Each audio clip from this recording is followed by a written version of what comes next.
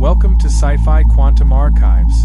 Don't forget to like, subscribe and explore. It arrived without ceremony. No announcement, no defense, no request for feedback.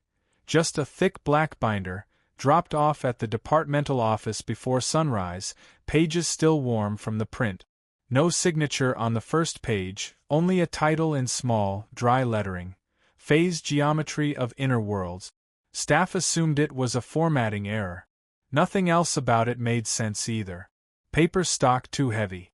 Margins irregular. Not a single citation from peer-reviewed sources. Yet within hours, faculty eyes clustered around its opening proposition, not out of admiration, but a discomfort none could name aloud. The introduction refused to define consciousness, refused to locate it, categorize it, or explain it. Instead, it described contours, shapes found not in matter, but in recurrence. Emotional densities translated into topological structures. Memory described as a shift in local curvature. Dream states modeled as rotational constructs along abstract axes. No metaphor, no footnote. Each chapter built upon the last with quiet confidence, sketching a system that neither contradicted known physics nor aligned with it. By the third chapter, one reader stopped responding to emails. Another returned her copy, unread past page 72, claiming nausea. No formal discussion had taken place, yet word spread. A rumor without a voice. Someone from applied informatics tried simulating one of the diagrams and crashed an entire lab's network within 4 minutes. No virus. No error logs. Just screens gone gray, refusing input. The thesis committee gathered out of obligation, not interest. The vote took 7 minutes. Rejected unanimously. One professor left the room before signing, muttering something about boundary conditions not belonging to language. No appeal ever filed. No complaint. No contact. Weeks passed. Mailbox emptied. His shared flat vacated. Lease terminated by an unnamed third party. University ID deactivated.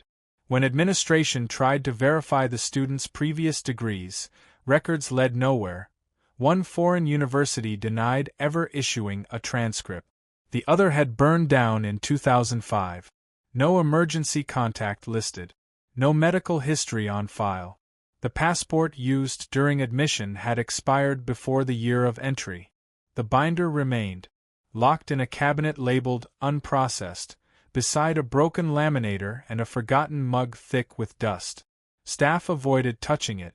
An intern assigned to digitize older submissions reached that cabinet and skipped it without hesitation. When asked why, he said he didn't see it there. He'd opened the drawer. There was nothing inside. Across the courtyard, crows began perching on the philosophy building's roof each morning. At first 2, then 5, then 17. The janitor refused to clean the south stairwell, though no reason appeared in the logs. Somewhere, in a server never backed up, a PDF file waited unread. Text unchanged, but metadata corrupted. Time stamps shifting by days without access. Title page still blank. Submission date missing. No student ever came forward to reclaim it. No name ever added to its cover. Just that phrase, plain, quiet, unassuming, like someone whispering from behind a wall they knew no one would check. A quiet message arrived on the third Wednesday of March, folded into the margin of a forwarded press release. No return name, just a Norwegian number and a 2-line note.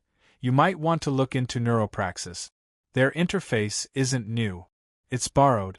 The release itself announced a breakthrough in neural induction, non-invasive cognitive manipulation through frequency-driven interface mapping. It read like a standard puff piece, corporate optimism layered over jargon. The reporter scanned it out of habit. These announcements came weekly, sometimes twice, each claiming another milestone in human enhancement. But the phrase used by the company's CTO struck harder than usual: resonant phasic geometries applied to transient cognitive states. A search of the phrase yielded nothing public, just one internal abstract flagged in a disused academic repository, 6 pages of gibberish attached to a citation that led back to a forgotten thesis rejected nearly a decade earlier. The university's server marked it as archived without approval. Access required administrator clearance. He made a call. An old colleague still on faculty owed him a favor. 2 hours later, the file arrived without comment. No watermark. No revision history. Page count: 680. The first 50 pages were almost unreadable, dense formulations layered without breaks, notation borrowed from obscure branches of differential topology, every concept built sideways from the last. Not even an attempt to ease the reader in. Just an unbroken wall of theory wrapped around one unspoken claim. Consciousness did not arise from matter. It aligned with it, moved across it like a magnetic field through wire, neither created nor destroyed, but shaped, focused, coerced into locality. No methodology. No case studies. No diagrams until page 73, and even those felt wrong. Geometries that couldn't be unfolded. Axes that crossed themselves. Forms suggesting motion but refusing direction. Halfway through, the text shifted tone. Arguments grew personal, increasingly erratic in sentence structure, moving from third-person framing to a strange form of indirect address, as if warning someone who hadn't yet begun to read. The byline on the front page read Marek Volkov, a name unfamiliar even in academic indexing. No LinkedIn profile. No conference papers. No prior publications. University registry showed only a single term of enrollment before the thesis submission. No undergrad records. The email address listed on his student file bounced. Calls to the university's admin office revealed only frustration. They'd purged records from that year during a data migration. Faculty advisor, retired, unreachable. Physical address on file, empty parcel west of Perth. Medical file, blank. Nationality, Russian. Passport scan on record had expired before the date of submission. When checked against immigration logs, entry into the UK showed no match. No visa issued under the listed name. Photo ID proved worse.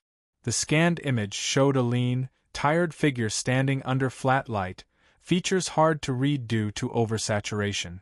Zooming in revealed oddities, not distortion, but inconsistency. Pixel density around the face higher than the surrounding background. Shadowing that didn't match light source. More than just a bad scan.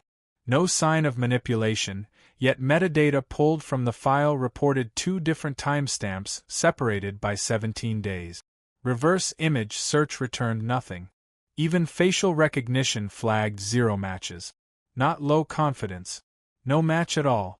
An attempt was made to contact his advisor through a mutual academic. The reply came 2 days later. Short. Hesitant. He remembered the submission, vaguely. A late-term entry. The student rarely spoke. Never attended seminars. One memory remained. During a walk between buildings, he asked the student why he had chosen this subject.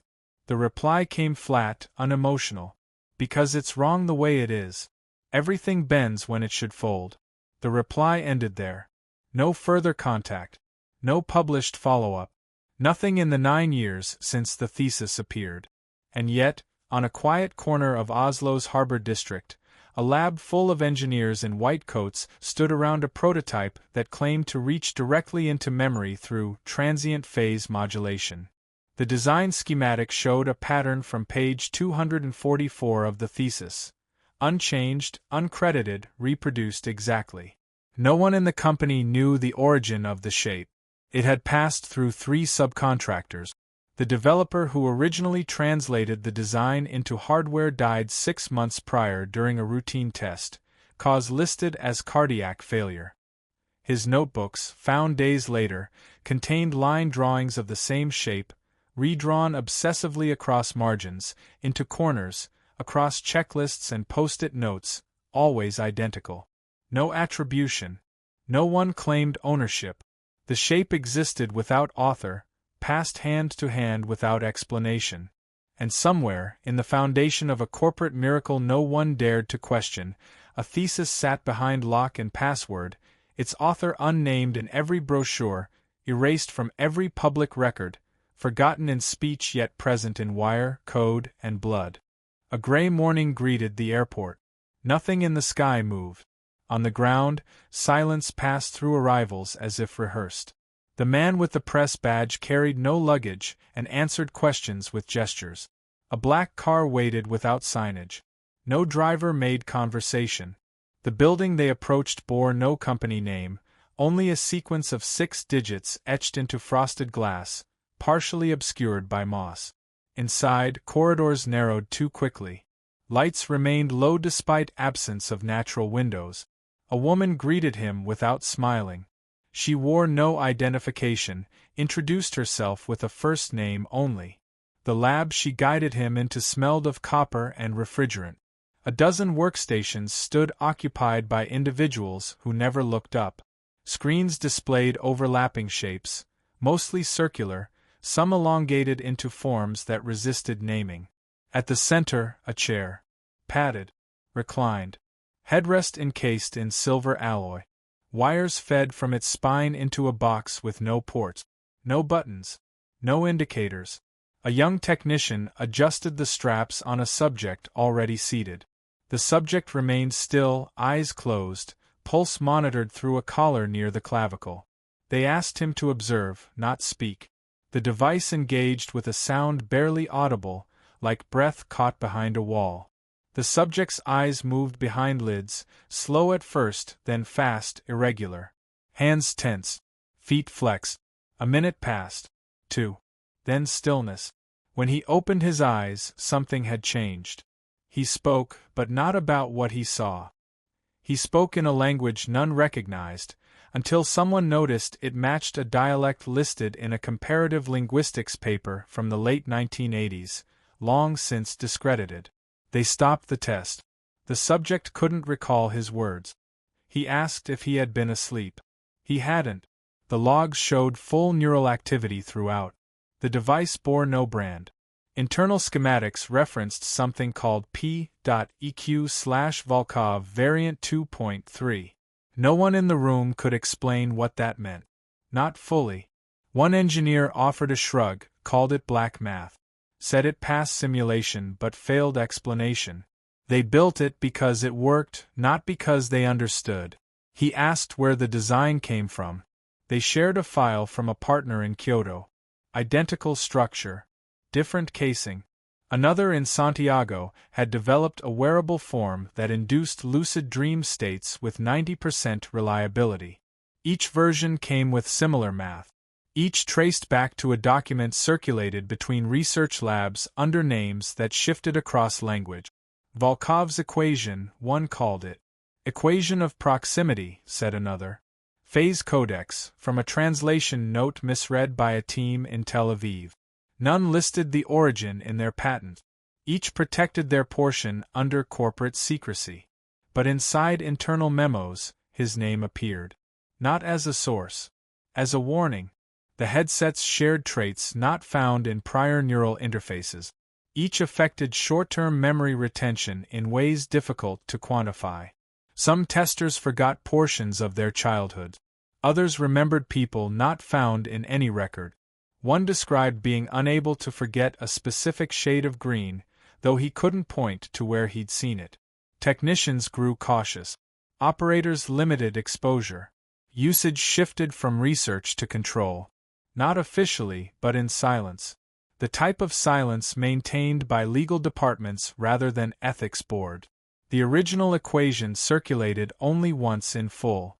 After that, only fragments moved. A line of code here. A diagram there. Distributed like smuggled contraband, passed along by those who believed in results more than understanding. In each file, one symbol repeated. A shape never named, never rendered correctly by software. Even high-resolution scans showed anomalies. Pixels refused alignment. Printers jammed. One developer rendered the shape manually using old pen plotters and noticed the machine paused at the same point, regardless of size. A 4-second hesitation, always at the same arc. The design remained in circulation, but no one spoke of its source outside closed rooms. One manager called it a mineral, another a lens. None dared call it what it was, an idea without owner, passed from mind to mind like infection, carried through math that no longer behaved as math should. In a warehouse near the fjord, 2 units stood boxed, unshipped, tagged with customs clearance that hadn't been filed. No record of production. No invoice. Just a handwritten code on the side panel, barely legible under tape. Same code found on a scanned appendix from a thesis marked unapproved. Stored in a Scottish server no one had accessed in 6 years. A file whose download logs showed one new entry, time-stamped 40 minutes after the first test run completed. Logged from a machine no longer in service. Registered to a name no one had spoken aloud in over a decade. The gates of the old university creaked more than they used to. Age had not softened its angles or made its silence any easier to bear. The corridors, once alive with indifferent conversation, now carried only footfalls that felt unshared. The office doors bore familiar names, though some no longer answered them. One door opened only halfway. Inside, shelves leaned under the weight of papers that no longer mattered. The man inside, once head of interdisciplinary review, offered no handshake, no invitation. He hadn't spoken about the thesis in years. Claimed he hadn't thought of it since the day of the vote. That lie didn't hold long. His eyes wandered, always leftward, toward a stack of printed manuscripts never touched yet never thrown away. He denied remembering specifics, only mentioned once, without prompting, that certain kinds of patterns didn't fit inside our number systems. Said the submission had something inside it he couldn't justify reading again. Further down the hall, a woman who'd once co-chaired the departmental panel refused to comment on the record. Retired early. Lived outside the city. Agreed to meet only in the presence of someone she trusted. Her voice broke twice during the first 10 minutes. When asked why the thesis had been rejected, she said nothing about content, nothing about protocol. Only one sentence. Quiet. Final. We knew we weren't meant to see it. Her recollection of the defense process contradicted official logs. She remembered a different submission date, a different version. Described a diagram not found in any archived copy. Claimed the document she saw had changed between readings. Word positions. Margins. Pagination out of order. She stopped responding to questions after describing a set of footnotes she had annotated during her review, footnotes that no longer appeared in any surviving file. University servers retained only one editable version. Access history showed 12 interactions during the week of submission, all logged under the student's credentials. Except 2. Same IP address, but no matching username. Activity time-stamped after building hours. Security logs showed no card entry. Server backups retrieved from external storage displayed corruption in only one file.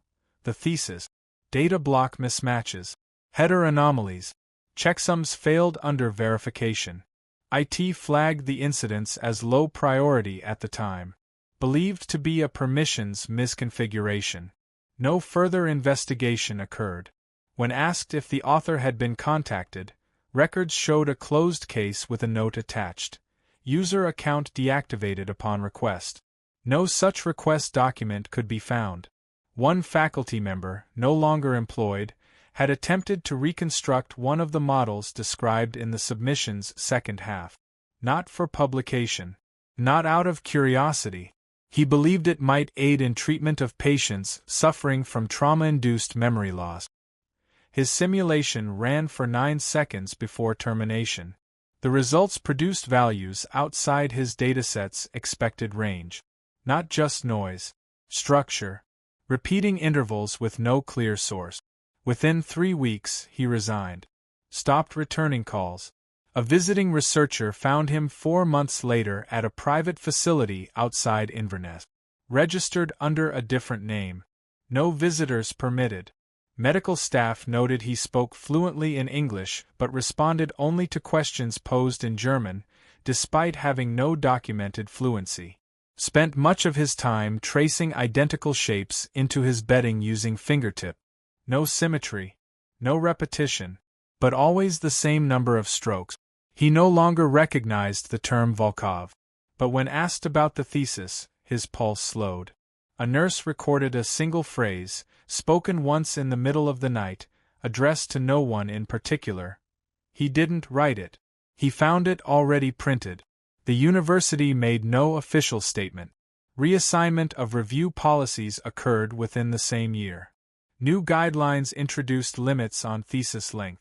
All submissions now passed through 3 rounds of data validation before acceptance. No mention made of prior incidents. No one in the building used the term black math. Not openly. Yet in hushed conversations over tepid coffee, references remained. Diagrams unclaimed. Names misremembered. A faculty directory showed one listing with a broken image link and a title field left blank. Attempts to edit returned errors. IT support marked it as display corruption. The entry remained untouched.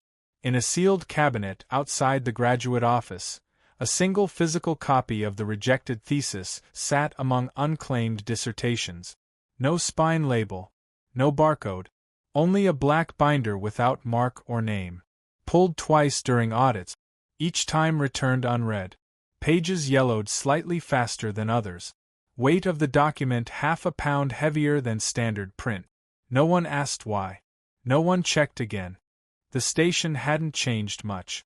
New signage, polished screens, vending machines that spoke now, but the bones were untouched. Same layout. Same cold stretch between platforms 2 and 3 where heat never reached.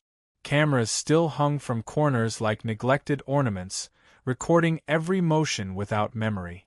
No one at the front desk recognized the name. Not at first. Not until someone dug through a box of maintenance logs and found a handwritten note marked with a 6-digit code that didn't match any tram schedule. Taped to it, a still image. A man in a long coat, standing alone near the westward track, arms at his sides, eyes fixed on nothing. The image came from a security clip pulled 12 years prior. Timestamp 6 minutes past 2 in the afternoon, early spring. Light through the glass ceiling struck at a sharp angle, dividing the floor tiles into sharp contrasts of shade and white glare. In that frame, no motion. No commuters nearby. Just the figure, caught mid-breath. The recording ran for 57 minutes. He never sat. Never moved more than a blink. A pigeon landed beside him, pecked once at the concrete, then hopped away without reaction. Time passed. Announcements played overhead. Not a single tram arrived. At frame 23,000, between 2 seconds, the figure ceased to appear. No distortion. No fade. Just absence. Same lighting. Same angle. Identical field of view. Nothing touched. Nothing explained. Transport authorities flagged the footage as a malfunction. Archived it under internal system anomalies. Never sent it to law enforcement. When asked why, a technician said no incident had been reported. No missing persons alert matched the timestamp. No complaint filed. Without context, it wasn't a disappearance. Just a blip. The original station manager, long since retired, agreed to speak under conditions of anonymity. He kept his words short. No dramatic retelling. Only facts. He remembered a man arriving hours before his shift ended. No ticket. No destination. Just standing. Quiet. He had approached once. Asked if assistance was needed. The man didn't look up. Just replied with a sentence he'd never forgotten. 4 words. No emotion. They built this wrong. Pause. All of it. At the time, it meant nothing. Sounded like a protest against the terminal design. Maybe infrastructure. Maybe politics. Only later did it take on weight. The words repeated themselves in his sleep without permission. Sometimes while he ate. Once while reading to his grandson, halfway through a paragraph unrelated to anything that could have triggered it. The manager had filed no report. No incident occurred. No rule broken. But he began refusing late shift. Requested relocation to a smaller platform outside the city. When asked why, He never gave reason. Just handed in his badge and left before the transfer completed. Further analysis of the original footage showed no tampering. Frame rates consistent. Shadows unbroken. Data integrity verified. Yet a single error recurred in every playback attempt. The software failed to track eye movement in that single subject. Facial recognition failed. Motion detection failed. Thermal overlays returned inconsistent temperature readings. No reflection in the plexiglass behind him. Not once. The camera had recorded in high definition. The surrounding architecture rendered clearly. But in 3 separate frame captures, pixels in a narrow band near his left shoulder registered values unassigned to any known color profile. Compression couldn't explain it. Lighting couldn't justify it. Hardware logs showed no overheating. The camera had never been replaced. Copies of the footage existed on 3 servers. One was wiped during a system update. Another became unreadable due to checksum errors. The third required administrative override to access. When permissions were granted, the clip began with no title and ended 5 seconds before the disappearance. The last frame contained nothing unusual. Just a platform, a wall, a pigeon, a thin line of daylight falling across empty concrete. One line in the maintenance note caught attention. Not part of any transcript. Not signed. A question scrawled in ink just below the still image. Did anyone actually see him leave? No answer followed. The handwriting didn't match anyone employed by the station at the time. Fingerprints smudged. Paper unfiled. Filed under nothing. Placed without process. The footage remained sealed. No formal review. No investigation. Just a man who waited without destination, spoke without emphasis, and disappeared without motion. A record that played without sound and refused to tell whether what it showed had ever really stood there at all. The address in Nevada led to a structure that didn't officially exist. It sat beyond the surveyed grid, a pale rectangle of reinforced alloy sunk into gravel the color of dried bone. No signage.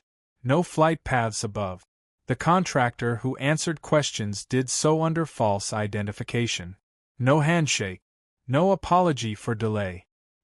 He carried a slight tremor in his left hand, which he attempted to disguise by clasping both behind his back whenever still. He hadn't touched the original thesis. Claimed he received only fragments, cutouts from patents, snatches of design specs, portions of a dataset flagged as corrupted during decryption. His role had been to reconstruct function, not meaning. At first, nothing made sense. Equations without reference points. Algorithms structured for processors that didn't yet exist. The device took form over 2 years. Cube-shaped, dense, fitted with graphite shielding and a gel-cooled interior lattice. When powered, it produced no sound. Lights remained off. Yet test subjects displayed irregularities within minutes. Minor at first. Difficulty retaining last names, misplacement of spatial coordinates within known environments. Later, changes in speech rhythm. Sentences arrived partially formed, as if borrowed from another conversation. One subject began referencing objects no one else could see, describing their textures in clinical detail. None experienced pain. No formal neurological damage appeared. Still, the program was closed without review. The contractor left before the shutdown. Voluntarily. Refused payout. Sold his property. Lived alone near a dry lakebed where reception failed. Kept audio journals, though none played past the 3rd entry without skipping. When asked why he stayed in the desert, he looked past the question and offered a statement instead. Not loud. Not even direct. Just words that sounded rehearsed but spoken without confidence. He found something that can't be held in sequence. Not in a single life. Not even in a single mind. Across the equator, an apartment on the outskirts of Jakarta housed another remnant. A neuroscientist once tied to several cognition labs had taken a leave that never officially ended. Her walls bore printouts of sleep state visualizations, all marked with hand-sketched corrections. photographs of MRI scans annotated in languages she did not speak, arranged beside cutouts from a children's encyclopedia on mirror symmetry. Her eyes tracked movement with a slight delay. She welcomed visitors but paused before speaking, as though unsure whether she'd done so already. Her research had once focused on memory retention in post-coma patients. Reports claimed success rates above expectation. She attributed results to ambient induction, direct stimulation of limbic resonance using geometry-based frequencies. No funding agency recognized her method. Yet recordings of her early trials demonstrated repeatable results. Dream content alignment among multiple subjects with no verbal interaction. Each subject was exposed to a device housed in a lead-lined case marked with only 2 characters P and V. Internal schematics lost. Her notes suggested she hadn't built it herself. She never said where it came from. Only that she activated it by closing the case fully. Nothing more. The symptoms began months later.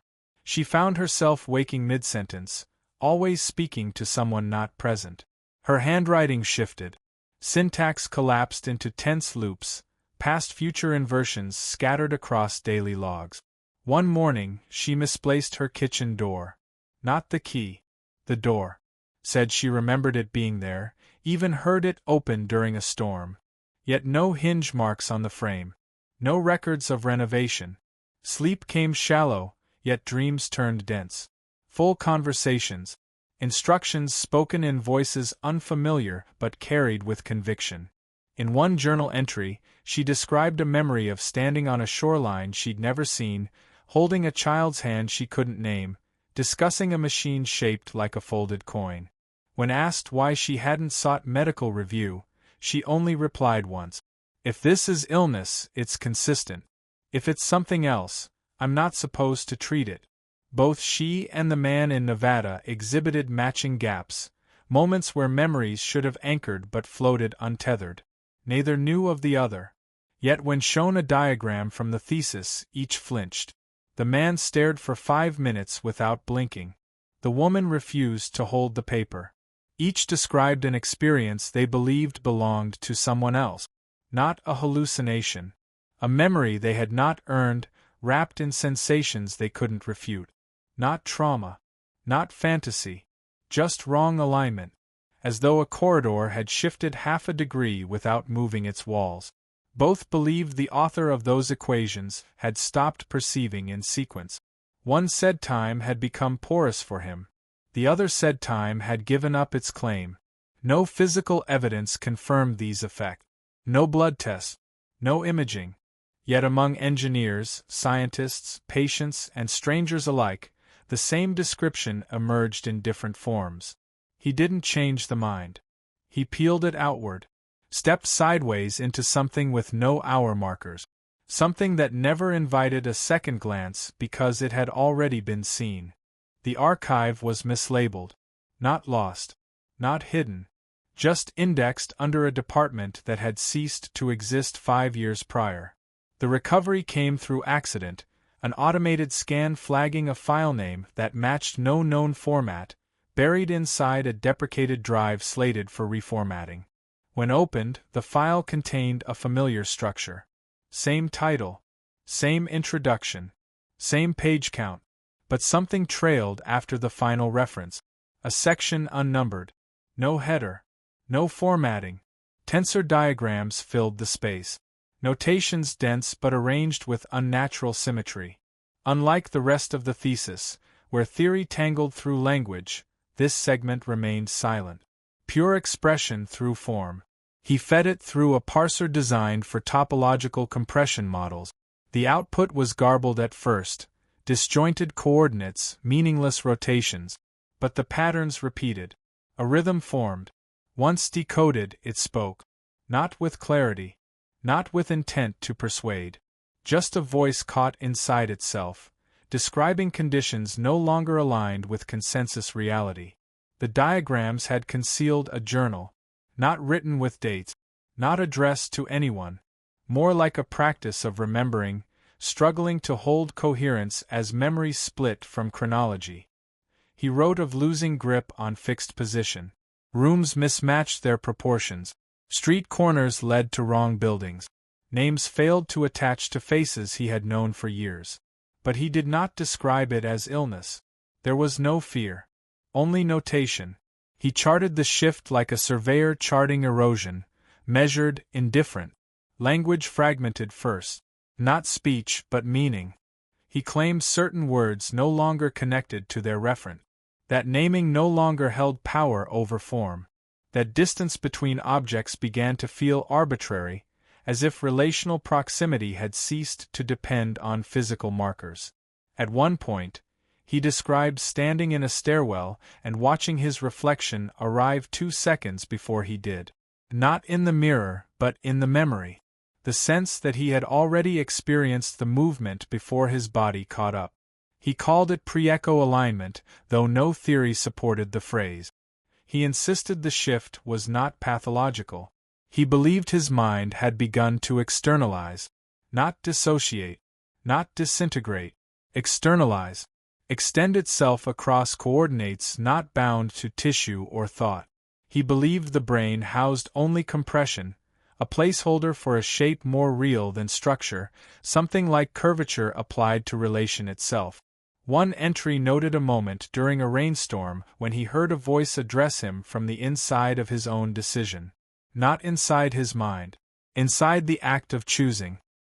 He stood still for hours after, unsure whether to move would erase the message. He called his physical body a redundancy. Claimed its maintenance required more energy than its function justified. Not suicidal. Not disembodied. Practical. Like a hiker discarding gear no longer needed once the climb changed gradient. In his own diagrams, the human form never appeared. Only sequences of interaction, patterns of phase relationship, arcs representing affection, verticals representing memory retention. Thought plotted not in time but through differential pressure between subjective zones.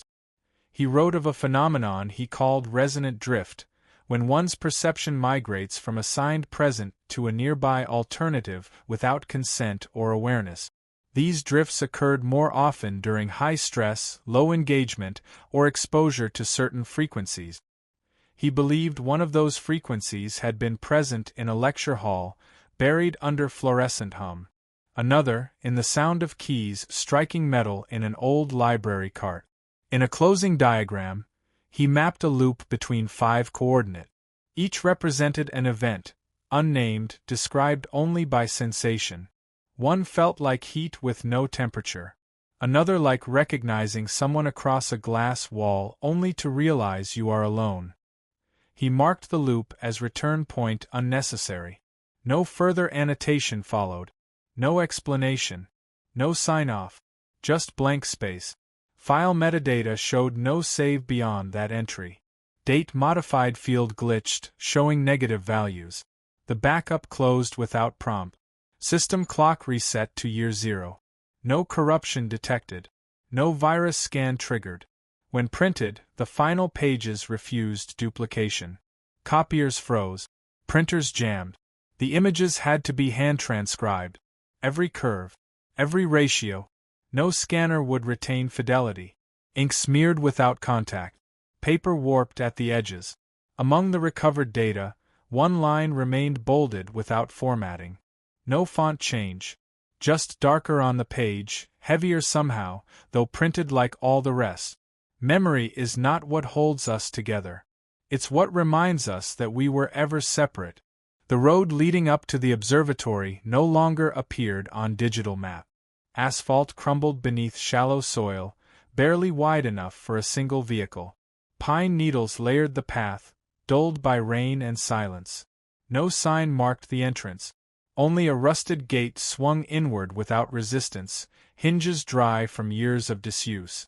Beyond it, the building stood half swallowed by overgrowth, dome split in two by frost damage, antenna collapsed into its own foundation like a gesture of surrender. Inside, temperature dropped without source. Walls carried no graffiti. No signs of trespass. Just age and refusal. Dust clung to light as though trying to weigh it down. Furniture absent. consoles gutted. Yet the structure held shape. Doors still closed. Panels still aligned. At the center, a room shielded by insulation thicker than regulation. Its surface stitched with overlapping arcs, carved shallow into foam, each loop traced with fine scoring too precise to be decorative. The pattern formed no artwork. It obeyed proportion. Spirals arranged not for beauty, but for control. Soundproofing disrupted in segments, peeled back to reveal hand-drawn equations beneath. Not on paper, on structure, directly into steel beams. No ink, etched by pressure. The diagrams repeated. Not identical, but connected, like pieces cut from a single thought distributed across angles. A box sat near the rear wall. Half open, wiring exposed, components fused at awkward junctions, pulse emitters soldered without housing. No power source, yet wires trailed upward to where a series of lenses hung from the ceiling, focused downward onto nothing. Beneath the lenses, an indentation in the concrete, shallow, rectangular, lined with smooth metal, scorched at the edges. Footsteps disturbed layers of dust that refused to resettle. Breathing adjusted rhythm without cause. Walls did not feel closer, but time did. Hours miscounted. Watches disagreed. Sunlight shifted by more degrees than warranted. No signals reached the hillside. No insects moved. In the corner, a broken monitor displayed one frozen frame. Not black. Not white. Gray punctuated by darker smudges, like shadows of shapes not visible in real space. Attempts to power it failed. The image did not change. It wasn't displaying. It was holding. Closer inspection revealed a number carved beside the port, identical to a serial key embedded in the last entry of the Thesis backup. Not printed. Engraved. Match confirmed by cross-reference. This machine had received data from a source never documented. No logs. No receipts. At some point, a blackout occurred. No record of transition. No moment of collapse. One memory held, lying flat on the cold surface, left cheek against the groove, the scent of iron close and unyielding. Dream followed. Not sensation. Not metaphor. Language. Speech formed from unfamiliar mouth, but recognized without effort. He heard a man speaking from behind glass. Not shouting. Not instructing. Conversational, as if mid-thought. Language identified later as Russian, but dialect displaced, archaic, tonal shifts suggesting a speaker from the borderlands long before modern categorization. No subtitles. No internal narration. Just comprehension. He understood not word for word, but structure. A monologue about time as a mistaken frame. A claim that thought had never belonged to the mind. That each memory was an intersection, not a sequence. The man spoke of leaving. Not a place, a shape. He described finding an angle that didn't belong. 1 degree out of range.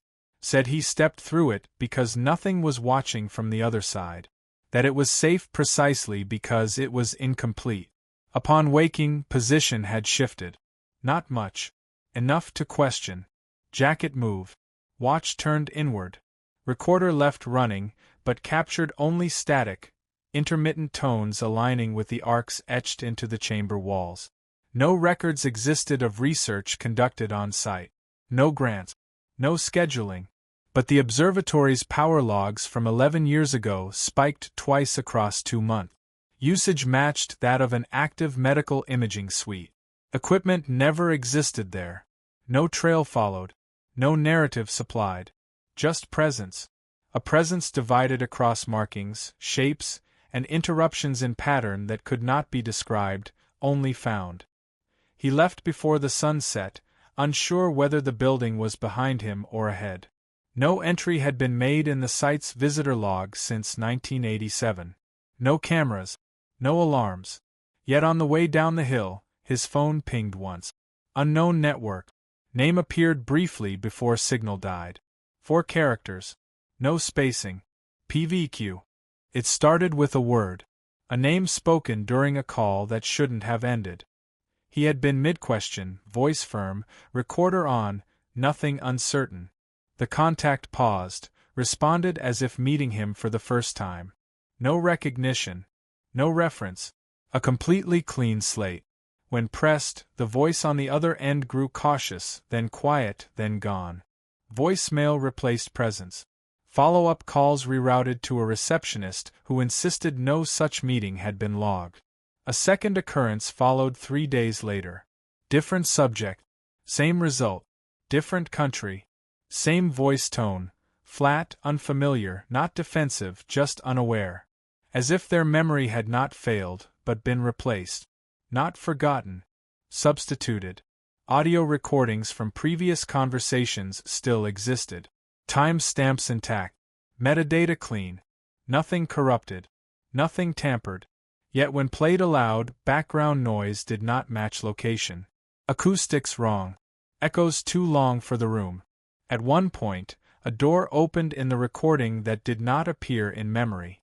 The creak came before the speaker reacted. A second's delay. Barely perceptible, but real. Video footage from Glasgow was reviewed. First to confirm time. Second to trace witness proximity. One frame halted the process. Platform angle. Mid-scan. A figure standing in the background, motionless, coat drawn long against wind. Not remarkable until he zoomed. The posture. The shoes. The tilt of the neck. Identical. Not similar. Identical. Not metaphorically. Literally. Jacket worn open at the same angle. Left sleeve rolled once. Same scar visible above the wrist. Not aged. Not reversed. Not altered. Same person. Same day. 2 appearances. No explanation. The footage was paused. He checked again. Data unchanged. When reversed, the figure disappeared 5 frames before original movement occurred. No deletion. No cut. Just absence in time. When exported, the image failed to render. Software crashed each time. Only that frame. Only that instance. A notebook filled with coordinates began showing duplicate entries. Same location. Different context. One marked as a phone interview. Another as a dream. Same handwriting. Same ink. Pen never left his pocket. Across 3 continents, devices derived from Marex models began to fail. Not all at once. Quietly. Discrete resets during diagnostic. Dream induction cut off mid-sequence. Memory scaffolding algorithms returned reversed values. One headset user reported a memory of speaking inside a room he had never entered, describing blueprints he had never read. Descriptions matched a sealed prototype stored in a vault 2 floors below. No access granted. No tours permitted. The failures were unexplained. Code behaved normally until run. Debugging failed. Source logs vanished after 10 minutes. Handwritten documentation showed annotations that no staff member recalled writing. Certain diagrams began to degrade when printed. Curves shortened by fractions of millimeters. Slight misalignments, consistent only in their inconsistency. Only one machine continued to operate without deviation. Located in a facility built into the face of the Swiss Alps, beyond conventional air traffic. Access restricted. No promotional material. No staff listing. The existence of the project remained known only through an obsolete patent registration that listed no inventor. Attempts to contact the facility failed. Calls rerouted. Emails bounced. Physical letters returned unopened, marked with stamps from no national carrier. The patent entry contained a reference code, 6 digits, 4 letters. The same code etched beside the indentation in the observatory chamber. The same code that appeared in the footnote of the lost manuscript. The same sequence that blinked across the monitor during his blackout, recorded on no footage, remembered only through the imprint it left on muscle. He no longer trusted clock. Waking came with uncertainty. Dates on his phone shifted between refreshes. Headlines changed wording between views. A news article he bookmarked reloaded with a photograph not previously present, depicting an object he recognized from an old page of Marex addendum. something sketched in faint lines, annotated as unplaceable. His reflection, once ordinary, began lagging slightly in mirrored glass. Only when tired. Only when movement slowed. Nothing provable. Nothing permanent. One evening, his recorder activated on its own. Captured breathing. Low, rhythmic, centered. Background tone aligned with harmonic ratios used in early pulse emitters. The recording ended with 6 words, spoken clearly in his own voice, though not remembered. You were never only looking forward. The footnote was buried too deep to be casual. It lived beneath a diagram annotated so faintly that contrast filters had to be applied to make it readable. No page number attached. No reference trail. Just 4 words in Sanskrit, followed by a phrase rendered in small, clipped handwriting foreign to the rest of the thesis. Yatra drashta drishayatvam apnoti. Translation wasn't difficult. The line had passed through a dozen variations over centuries, but its core remained untouched. When the observer becomes indistinct from the witnessed, not lost, not consumed, indistinct, the line didn't explain anything. It didn't summarize. It offered no thesis. It was placed as if to confirm something already experienced, not proposed. The sentence sat alone. No follow-up. No elaboration. No page carried anything like it again. After that page, the document changed. Not visibly. Not structurally. The tone bent. Personal pronouns shifted. First-person fragments began appearing in footnotes where none had been. The writer stopped arguing. Stopped defending. Each entry read like someone writing from inside an outcome already accepted. One margin held a phrase not found in the digital version. Only in the scanned printout. Faint ink. Different pen. Same hand. The body wasn't built to remember what the field never forgets. More pages followed. Most repeated notations seen before, yet their arrangement had shifted. Sections once separated by dense logic now flowed without boundary. Definitions dissolved into description. Abstract terms once requiring entire chapters became visual, spatial, intuitive. The narrative began to refer to its author in third person.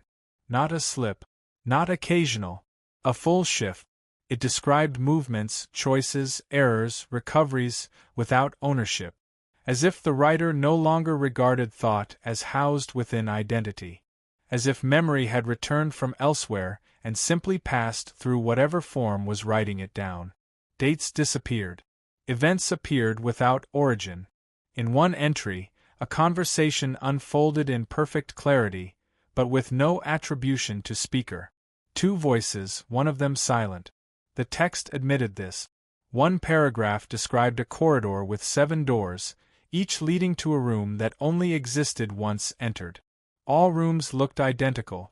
Only the act of forgetting made the next one open.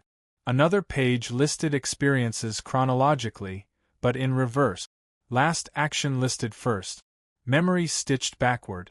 The entry ended by noting that the writing of it had caused the event to occur. He continued reading, but certain entries felt unfamiliar, not just in content but in reference. Descriptions of places he hadn't visited. People he hadn't interviewed. Yet each bore his handwriting. Ink matched. Paper type consistent. Pen pressure aligned. A photograph surfaced. Tucked behind a blank divider. Image grainy. Subject standing beside a chalkboard, formula scrawled edge to edge. Face obscured by blur. Time stamp aligned with a trip he had no record of making. In the lower corner, an annotation had been added. Field Sample 3. Reentry documented, identity match pending. He turned back to the original thesis. Skipped through margins. Noted changes.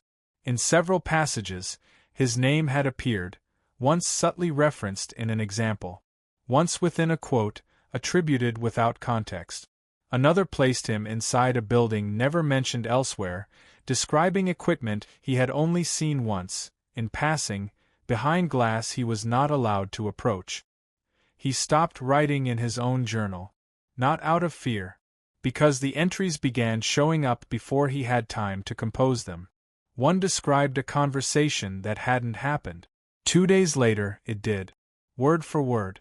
When he tried deleting digital files, they reappeared with timestamps marked 5 minutes earlier than creation. When he tried writing longhand, the ink changed midway through sentences, color shifting toward a tone he didn't own. Eventually, he found the final page. Not titled, not numbered, just centered text in small, clinical type. Thesis Addendum 2, author unknown. He stared at it for 12 minutes. Not because it confused him. Because it didn't. Because it felt correct. Because no one writes their own conclusion when the act of reading it brings the next thought into view. Because observation isn't safe once the act itself begins to watch back. Because somewhere between subject and field, between event and witness, something had stopped drawing lines. And he was still writing.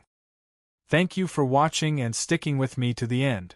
Now, if you believe humanity deserves a future among the stars, do subscribe now.